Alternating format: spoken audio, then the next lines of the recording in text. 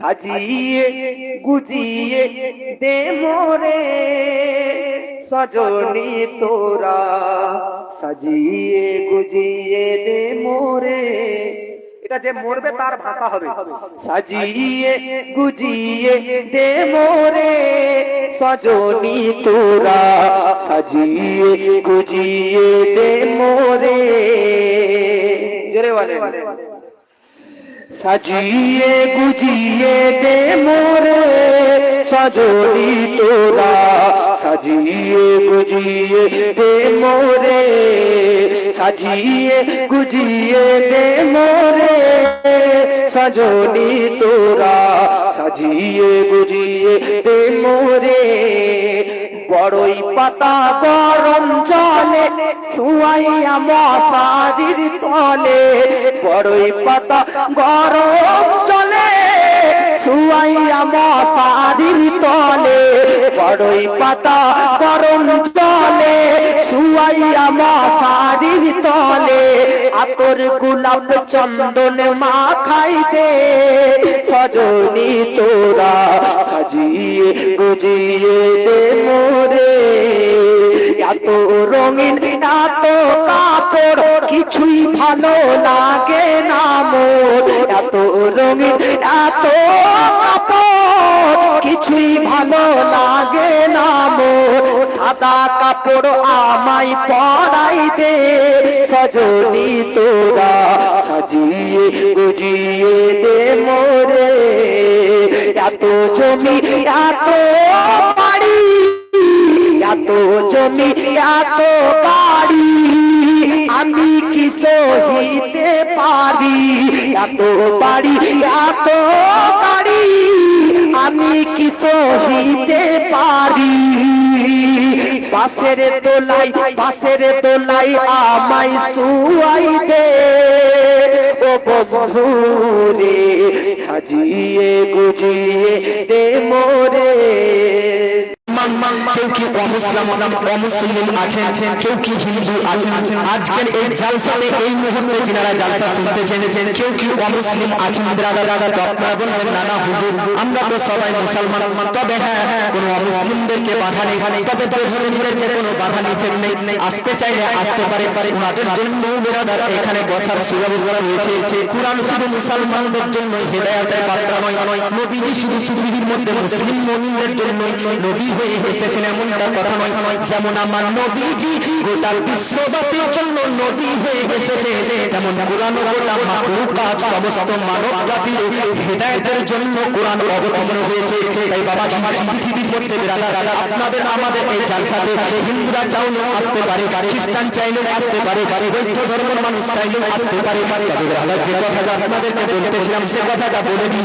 আজকে এই জালসাতে যারা উপস্থিত হয়েছিলেন প্রত্যেককেই আপনারা আমরা মুসলমান, যদি আমরা এখানে সবাই মুসলমান মুমিন আছি, এই আয়াতের ব্যাখ্যাটা কি হবে, এই আয়াতের তাৎপর্যটা কি হবে?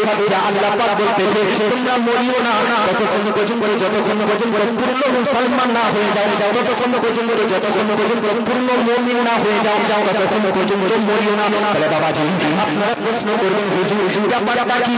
আমরা তো মুসলমান আছি অলরেডি, আমরা তো সকলেই মুসলমান, তাহলে আল্লাহ আমাদেরকে কেন মুসলমান হয়ে মরতে বলতেছে? কেন আল্লাহ আমাদেরকে বলতেছে তোমরা মুসলমান হয়ে মরো? এই ব্যাপারটা কি? এই আয়াতের তাৎপর্যটা যদি বুঝতে চান, এই আয়াতের যদি ব্রাদার সারমর্মটা বুঝতে চাইলে তিনটি হাদিস আপনাদেরকে শোনাচ্ছি। এই তিনটি হাদিস যদি আপনারা বুঝে যান, এই আয়াতের সারমর্মটা অটোমেটিক্যালি বুঝে যাবেন। বাবাজি আপনারা শুনুন ব্রাদার, ব্রাদার হাদিস শুনে তাহলে ইনশাআল্লাহ আয়াতের ব্যাখ্যাটা বুঝতে পারবেন। বিশ্ববিখ্যাত হাদিস শাস্ত্রের কিতাবের নাম হচ্ছে তিরমিজি শরীফ। বাবাজি কুরআনের পর সবচাইতে বিখ্যাত হাদিসের কিতাব হচ্ছে 6টি। এই 6টি কিতাবের মধ্যে একটা বিখ্যাত কিতাবের নাম হচ্ছে তিরমিজি শরীফ। এই তিরমিজি শরীফের মধ্যে হাদিস নম্বরটাও আপনারা শুনে নেন। তাহলে ব্রাদার বাড়িতে গিয়ে হাদিস নম্বর দেখে হাদিস নম্বর ব্রাদার শুনলে বাড়িতে হাদিসের কিতাব খুলে এই হাদিস নম্বরে গিয়ে খুলে আরো ব্যাখ্যা পড়া ভালোভাবে করতে পারেন। গুগলে সার্চ করে হাদিস নম্বরটা বাইর করলে আরো ভালোভাবে করতে পারেন। তাই হাদিস নম্বরটাও শোনা জরুরি। তাই বাবাজি তিরমিজি শরীফ হাদিসের কিতাবের নাম মনে রাখবেন, তিরমিজি শরীফ হাদিস নম্বর হচ্ছে 2198 নম্বর হাদিস। এবার বাবাজি বাংলাতে হাদিসটি শুনে আমার নবীজি সাল্লাল্লাহু আলাইহি ওয়াসাল্লাম বলতেছে পৃথিবীর মধ্যে যতজন মানুষ বাস করে কবরে চলে গিয়েছে, যতজন মানুষ বেরাদার জীবন যাপন করে মারা গিয়েছে, সবাই হচ্ছে বেরাদার আদম নবীর সন্তান। আমরা সবাই হচ্ছে আদম নবীর সন্তান। শুধু মুসলমান নাই আদম নবীর সন্তান তা নয়, বরং হিন্দু, জৈন, অমর, খ্রিস্টান গোটা পৃথিবীর মধ্যে 4300টি কম বেশি ধর্মের মানুষ বাস করতেছে। গোটা বিশ্বের মধ্যে সব ধর্মের মানুষই আদি পিতা, সব ধর্মের মানুষের আদি পিতা হযরত আদম নবী, হযরত আদম আলাইহিস সালাম। এই আদম নবীর সবাই সন্তান, এই আদম নবীর সন্তান সকলেই সন্তান। আমার নবীজি বলতেছে আদম সন্তানের শুধু মুসলমানরা নয়, শুধু মুমিনরা নয়, বরং নবী বলতেছে আদম সন্তানের মধ্যে গোটা পৃথিবীর সব মানুষ জাতির মধ্যে 4 প্রকারেরই মানুষ হবে, 4 প্রকারেরই মানুষ হবে, 4 জাতেরই মানুষ হবে, 4 রকমেরই মানুষ হবে। এর মধ্যে 2 প্রকারের মানুষ জান্নাতের মধ্যে যাবে এবং 2 প্রকারের মানুষ জাহান্নামে যাবে। গোটা পৃথিবীর সকল মানব জাতির মধ্যে 4 প্রকার, 2 প্রকার জান্নাতি, 2 প্রকার জাহান্নামী। এবার আমরা দেখে নেব বাবাজি ওই 2 প্রকার কারা কারা যারা জান্নাতের মধ্যে যাবে, আর ওই 2 প্রকার যারা জান্নাতে যাবে তারা কেনই বা জান্নাতের মধ্যে যাবে, আর যে 2 প্রকার জাহান্নামে যাবে তারা বা কারা, যারা 2 প্রকার জাহান্নামের মধ্যে যাবে তারাই বা কেন জাহান্নামের মধ্যে যাবে। এই 4টা প্রকারের ব্যাখ্যা শুনে ওই আয়াত আর বেরাদার ব্যাখ্যার মধ্যে বেরাদার করবে বাবাজি বেরাদার আমার নবীজি সাল্লাল্লাহু তাআলা আলাইহি ওয়াসাল্লাম বলতেছে আদম সন্তানের মধ্যে 4 প্রকার হবে। শুনুন এবার বাবাজি 1 নম্বর প্রকার কারা হবে, 1 নম্বর কোয়ালিটির মানুষ কারা হবে, 1 নম্বর প্রকার 1 নম্বর কোয়ালিটির মানুষ যেমন হবে যারা হবে তারা হচ্ছে জন্মগত মুমিন হবে, জন্মগত মুসলমান হবে, জীবন যাপন করবে মুসলমান হয়ে, জীবন যাপন করবে মুমিন হয়ে, এমনকি মারাও যাবে মুমিন হয়ে, মুসলমান হয়ে। কি বুঝা গেল? 4 প্রকারের মধ্যে প্রথম প্রকার হচ্ছে জন্মগত মুসলমান, জীবন যাপন করেছে মুসলমান হয়ে, মারাও গিয়েছে মুমিন মুসলমান হয়ে। এরা কারা? এদের জন্য তো আল্লাহ কুরআনের মধ্যে 18 নম্বর পারা সূরার নাম সূরা মুমিনুন আয়াত নাম্বার 1 আল্লাহ পাক বলতেছে কদ আফলাহাল মুমিনুন, এরাই হচ্ছে সফল মুমিন, এরাই হচ্ছে প্রকৃত মুমিন, আর এদের জন্যই তো রয়েছে জান্নাতের মধ্যে সুস্থান। জোরে বলে কথা বুঝতে পারছেন না, শুধু মাথার উপর দিয়ে চলে যাচ্ছে? বুঝতে পারছেন কি না? তাহলে গোটা পৃথিবী সকল মানব জাতি কত প্রকারের হবে? উত্তর দেন, জোরে বলুন কত? 4। এর মধ্যে আমি 1 নম্বর প্রকার বললাম জন্মগত মুসলমান হবে। আমরা সবাই জন্মগত মুসলমান, জীবন যাপন করবে মুসলমান মুমিন হয়ে, আমরা জীবন যাপন করছি মুসলমান মুমিন হয়ে, এবং মারাও যাবে মুসলমান মুমিন হয়ে। এরাই হচ্ছে আসল মুমিন, প্রকৃত মুমিন, সফল মুমিন, সাকসেসফুল মুমিন। এদের জন্য রয়েছে জান্নাত। জোরে বলে তা আমরা প্রথম প্রকারে যে 3টি স্টেজ জন্মগত মুমিন হতে হবে, জীবন যাপন করবে মুমিন হয়ে, মারাও যাবে মুমিন হয়ে। তো প্রথম প্রকারের যে 3টি স্টেজ, 3টি প্ল্যাটফর্ম, এর মধ্যে 1 নম্বর প্ল্যাটফর্ম আমরা পাস করেছি জন্মগত মুমিন হয়ে, 2 নম্বর প্ল্যাটফর্মটা পার করতেছি জীবন যাপন করতেছি মুমিন হয়ে, 3 নম্বর প্ল্যাটফর্মটা এখন আমরা যারা বেঁচে আছি তারা তো পার করেনি। কারণ মুমিন হওয়াটা প্রকৃত মুমিনের পরিচয় নয়, জীবন যাপন করাটা মুসলমান মুমিন হয়ে, এরাও আসল মুমিন নয়। যারা মারা যাবে মুমিন হয়ে এরা হচ্ছে আসল মুমিন। এটা হচ্ছে প্রথম প্রকার জন্মগত যারা মুমিন হবে, জীবন যাপন যারা মুমিন অবস্থায় করবে, ইন্তেকালে যারা মুমিন হয়ে হবে তাদের জন্য রয়েছে জান্নাত। জোরে বলে বাবা যারা প্রকৃত মুমিন, প্রকৃত মুমিন কারা, আসল মুমিন কারা, সাকসেসফুল মুমিন কারা, সফল মুমিন কারা, জন্মগত মুমিন, জীবন যাপন করলো মুমিন হয়ে এবং মারাও গেল বেরাদার মুমিন হয়ে। এদের জন্য তো জান্নাত, জান্নাতের মধ্যে এদের জন্য নূরের ব্যবস্থা করা হয়েছে। জান্নাতের মধ্যে এদের জন্য আল্লাহ পাক বেরাদার মধুর নদী তৈরি করে রেখেছে। এদের জন্য তো আল্লাহ জান্নাতের মধ্যে বেরাদার মিল্লাত ইসলামিয়া হাউজে কাউসার তৈরি করে রেখেছে। এদের জন্য তো আল্লাহ জান্নাতের মধ্যে দুধের নদী আল্লাহ প্রবাহ করে রেখেছে। এদের জন্য জান্নাতের মধ্যে সরসের নদী আল্লাহ পাক প্রবাহিত করে রেখেছে।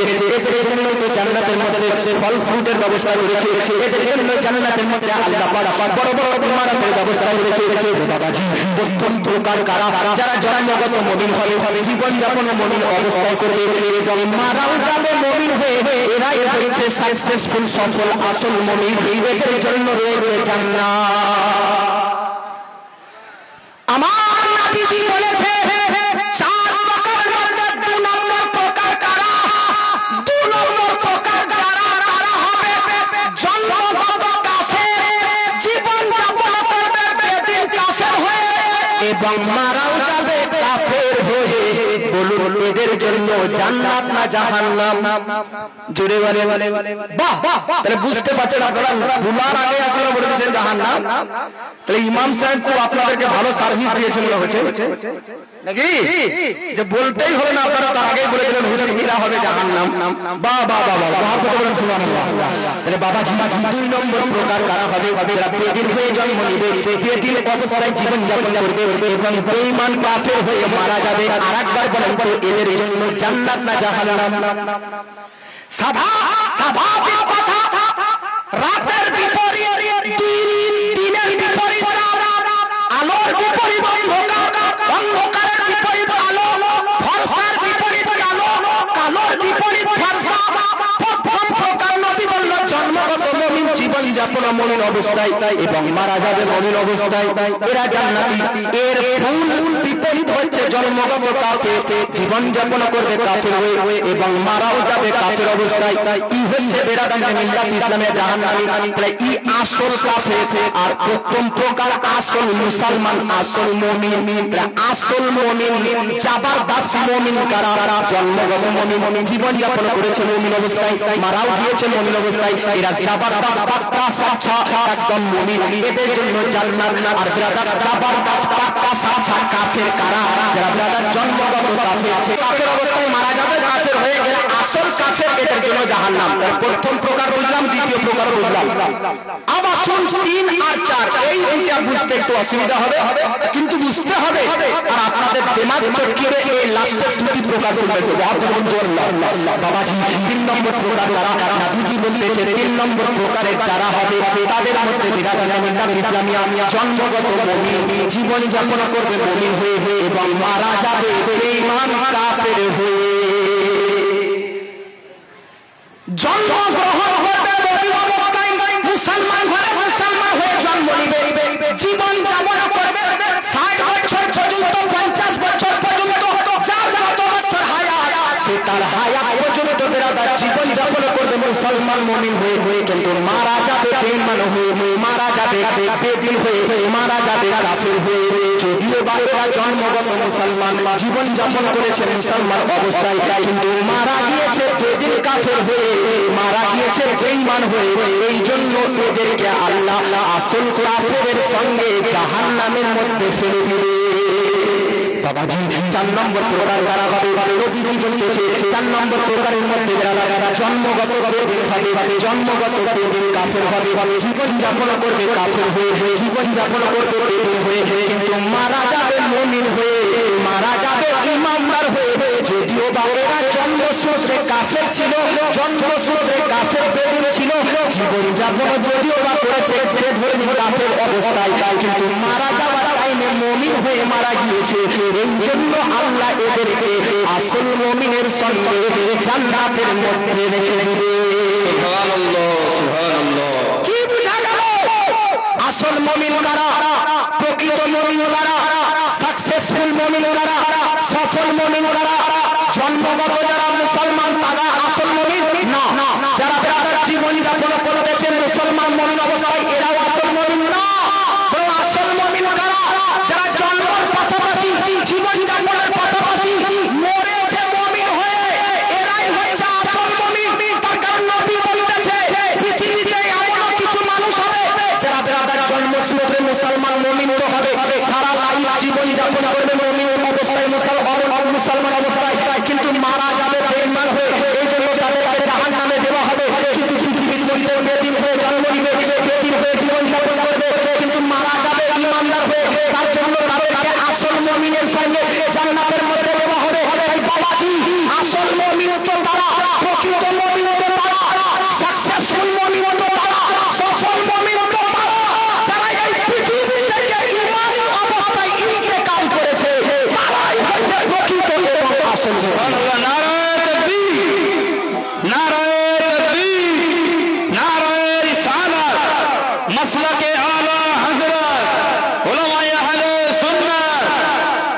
ব্রাদার আব আপনাদেরকে এই হাদিসটা বুঝতে পারলেন কি পারলেন না একটু চেক করি প্রশ্নের আকারে বলেন তো জন্মগত মুমিন হওয়া সৌভাগ্যের বিষয় না মুমিন হয়ে মরাটা সৌভাগ্যের বিষয় জোরে বলে বাবা আরেকবার বলেন মুমিন হয়ে বাহ তবে একটা হাদিস বুঝতে পারলেন আপনারা একটা হাদিস বুঝতে পারা মানে কয়েক শত রাকাত নফল নামাজ পড়ার চাইতে বেশি নেকি পাওয়া সুবহানাল্লাহ বাবাজি ব্রাদার একটা হাদিস যখন আপনারা বুঝতে পারলেন দুই নম্বর হাদিস আপনাদেরকে বুঝাই তাহলে ব্রাদার আরো আপনারা নেকি পেয়ে যাবেন বাবাজি দুই নম্বর হাদিসটা আপনাদেরকে পাঠ করে শোনাই এই দুই নম্বর হাদিস যেটা পাঠ করতেছি এই হাদিসটি কোথায় লিপিবদ্ধ রয়েছে এই হাদিসটি লিপিবদ্ধ রয়েছে বুখারী শরীফের মধ্যে কুরআনের পর সবচাইতে বড় কিতাব কুরআনের পর সবচাইতে মোস্ট কিতাব কুরআনের পর সবচাইতে মর্যাদাপূর্ণ কিতাব কুরআনের পর সবচাইতে ফজিলতপূর্ণ কিতাবের নাম হচ্ছে বুখারী শরীফ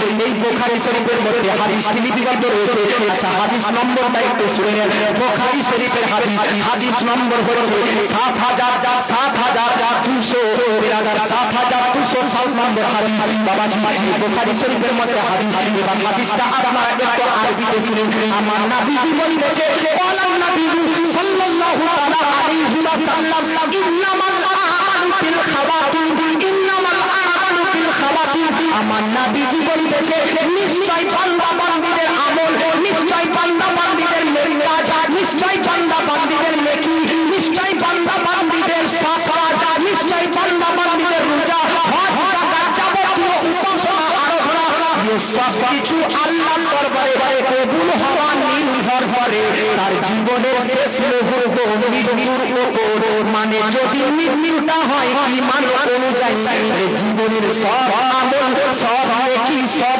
কাজ আল্লাহর দরবারে কবুল হবে আর জীবনের শেষ মুহূর্তটা যদি বেঈমান হয়ে যায় জীবনের সব উপাসনা আরাধনা আল্লাহ মুখে নিক্ষেপ করে জাহান্নামের মধ্যে ছুঁড়ে ফেলে দিবে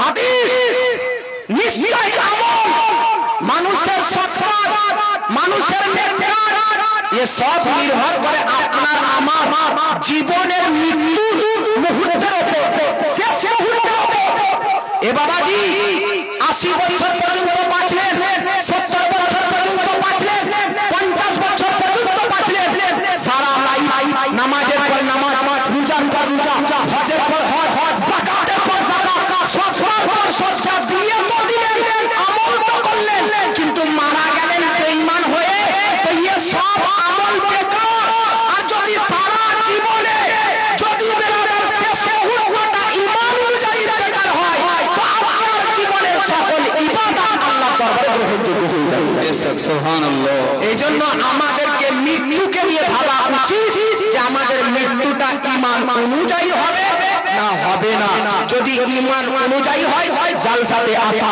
মিলাদে আসা ये সব কিছু কবুল হবে ঈমান অনুযায়ী যদি মৃত্যু না হয় তাহলে ये जलसा सुना ये নামাজ রোজা হজ যাকাত ये সব কিছু বেকার হয়ে যাবে আব্বাজি ব্রাদার দুটো হাদিস শুনলেন তিনটি হাদিস আপনাদেরকে বলতে বলেছিলাম 3 নম্বর হাদিসটি শুনে তারপর এর একটু ব্যাখ্যা করে দেব বাবাজি 3 নম্বর হাদিস যেটা পাঠ করতেছি ব্রাদার 3 নম্বর হাদিসটি কোথায় লেখা আছে 3 নম্বর যেটা হাদিস পাঠ করতেছি এই হাদিসটি লিপিবদ্ধ রয়েছে মুসলিম শরীফের মধ্যে 7234 নম্বর হাদিস 7234 নম্বর হাদিস মুসলিম শরীফের হাদিস আমার নবীজি বলেছে ইবআসু কুল্লু আমরিন আলা মা মাতা আলাইহি আমার নবী বলেছে যে বান্দা বান্দি যেই অবস্থাতে মারা যাবে সে সেই অবস্থাতে কিয়ামতের দিন হাসরের প্রান্তরে উত্তোলিত হবে বেশক বিষ খেয়ে যদি মারা যান বিষ খেয়ে যদি আত্মহত্যা করে মারা যান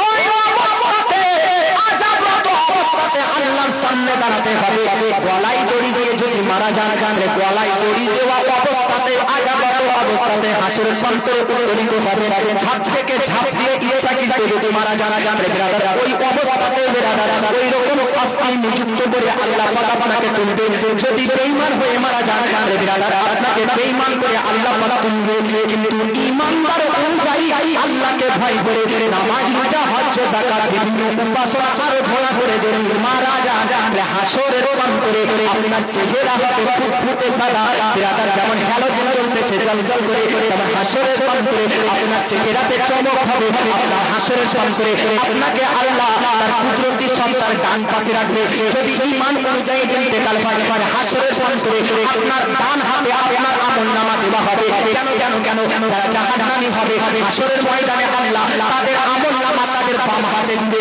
আর যারা জান্নাতি হবে তাদের আমলনামা তাদের ডান হাতে দিবে ও বাবাজি ঈমান অনুযায়ী ইন্তেকাল করা নির্ভর করে মিল্লাত ইসলামিয়া ডান হাতে আমলনামা পাবে না বাম হাতে আমলনামা পাবে ডান হাতে আমলনামা পাওয়া নির্ভর করে ঈমানি অবস্থায় ইন্তেকাল করার উপর হাসরের ময়দানে আরশের ছায়া তলে থাকাটা নির্ভর করে ঈমানি অবস্থায় ইন্তেকাল করার উপর হাসরের প্রান্তরে আমার নবীজির জামানের তলে থাকাটা নির্ভর করে ঈমানি অবস্থায় ইন্তেকাল করার উপর ফুলসিরাতের রাস্তা চুলের চাইতে সূক্ষ্ম চুলের চাইতে ধারালো রাস্তাতে কারেন্টের গতিবেগে পার করা নির্ভর করে বেরাদার মিল্লাত ইসলামিয়া ঈমানি অবস্থায় ইন্তেকাল করার উপর